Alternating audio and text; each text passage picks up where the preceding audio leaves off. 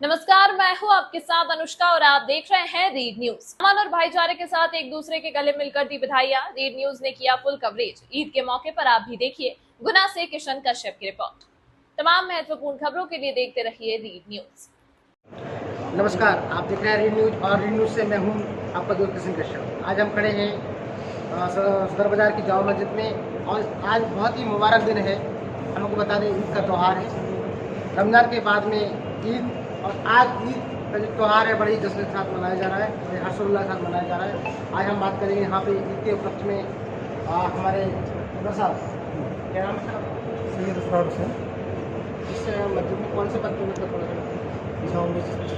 सदर है। तो नहीं आप पकड़ लीजिए। तो ये जो ईद का त्यौहार है इस पर आप देशवासियों के लिए क्या आप संदेश देना चाहते हैं? बिस्मिल्लाहिर्रहमानिर्रहीम। अल्हम्दुलिल्लाह हमारे पूरे एक माह में जो रोज़े रखे जाते हैं वो तिलावत की जाती है और जो ये खुशी का जो त्यौहार है, जो पूरे जो माह रमज़ान का एक महीने के जो रोज़े रखते हैं उसी के उसमें ये खुशी मनाई जाती है।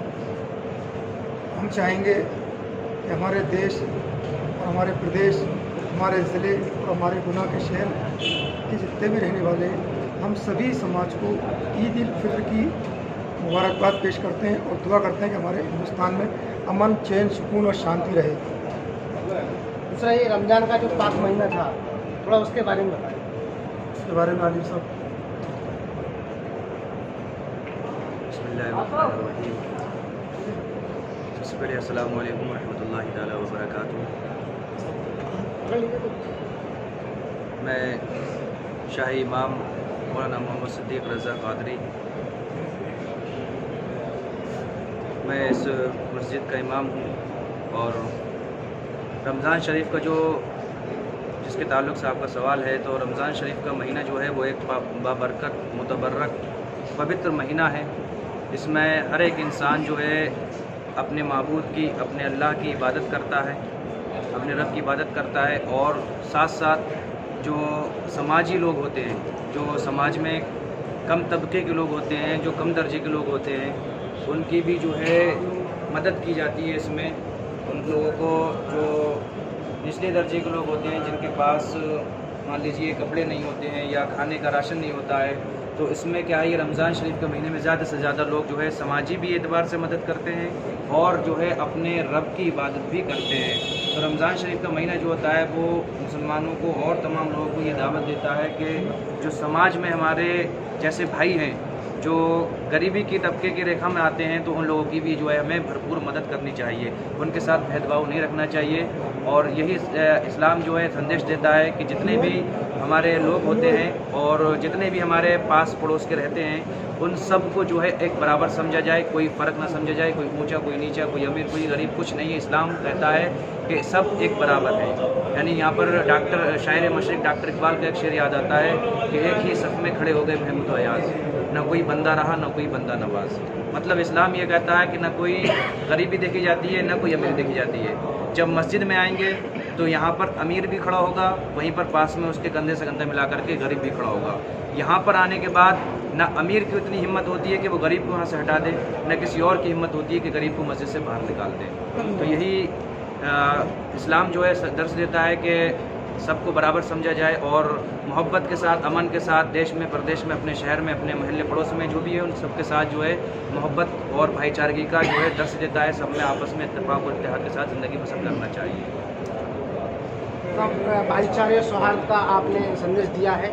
मैं थोड़ा सा जानना चाहूँगा, जो ईद आप नमाज अदा करते हैं उसमें एक ऐसा नियम रहता है, आपका सुना है मैंने, कि अगर ऐसे में कोई तलवार भी आप पे मार दे तो भी आप उस नमाज के नियम को नहीं तोड़ते। बिल्कुल बात आपने सही कही है कि अगर इस वक्त में कोई हम पर अगर जानलेवा हमला भी करता है तो हुक्म तो यही है कि नमाज को जो है बाकायदा मुकम्मल तरीके से पढ़ा जाए। लेकिन अगर हाँ कुछ लोग ऐसे हैं जो बाद में रह गए हैं नमाज़ पढ़ने से, तो अगर वो हैं तो उनका दिफा कर सकते हैं। मतलब जो अभी नमाज में शामिल नहीं हुए हैं, बाकायदा पीछे आ रहे हैं नमाज के लिए, तो अगर वो इनको इतनी हिम्मत है कि उनको रोक सकते हैं नमाज पर, जो हमला किए नमाजियों पर, तो उनको रोकें। वरना यही हुक्म है कि आप जो है उनको नमाज को मुकम्मल करें, और जो जुल्म कर रहा है वो तो उसकी कुदरत, उसको जो है ताकत दिखाने के लिए अल्लाह की ताकत काफ़ी है। अल्लाह रब्बुल इज़्ज़त को अच्छी सज़ा देगा। और जो जुल्म करता है, कभी भी ज़ालिमीन जो है वो दुनिया में फलते फूलते नहीं है, एक ना एक दिन उनकी रस्सी को टाइट कर दिया जाता है। बस उनको कुछ वक्त के लिए मोहलत दी जाती है, और जब उनको मोहलत दी जाती है तो ये समझ लेते हैं कि हमारा ही दुनिया पर राज है। ऐसा नहीं है। कोई भी इंसान हो, किसी भी मज़हब का हो, किसी भी तबके का रहने वाला इंसान हो, तो उसको ये सोचना चाहिए कि हमें जिस भी अपने एतबार से, मज़हब के एतबार से जिसकी भी बात करता है, तो उसको ये समझना चाहिए कि हम जो दुनिया में भेजे गए हैं, तो ये एक भाईचारगी, मोहब्बत, इत्तेफाक और इत्तेहाद के साथ रहना चाहिए। किसी पर हम जुल्म ना करें, किसी पर ज़बरदस्ती ना करें, सब बराबर हैं। अब हर एक का एक हक होता है, हर एक का एक लेवल होता है, तो इसी एतबार से जो है सबके साथ और सबका विकास के साथ रहना चाहिए। मिलाद उफ़ नबी, ईद का त्यौहार आज जिसके साथ मनाया जा रहा है, इसमें मैंने कई बातें सुनी हैं। कोई कहता है कि राजा थे, उनका जंग जीत के आए, तब उसके उपलक्ष्य में, उनकी खुशी में ईद का त्यौहार मनाते हैं। कोई कहता है कि नबी का जन्म किसी के जन्म से जोड़ा गया है। आपके हिसाब से इसका ईद का जो त्यौहार है, ना किसी की जन्म से है, ना किसी की पैदाइश से है, ना किसी की जीत से है, ना किसी की हार से है। ये जो है अल्लाह की तरफ से गिफ्ट है।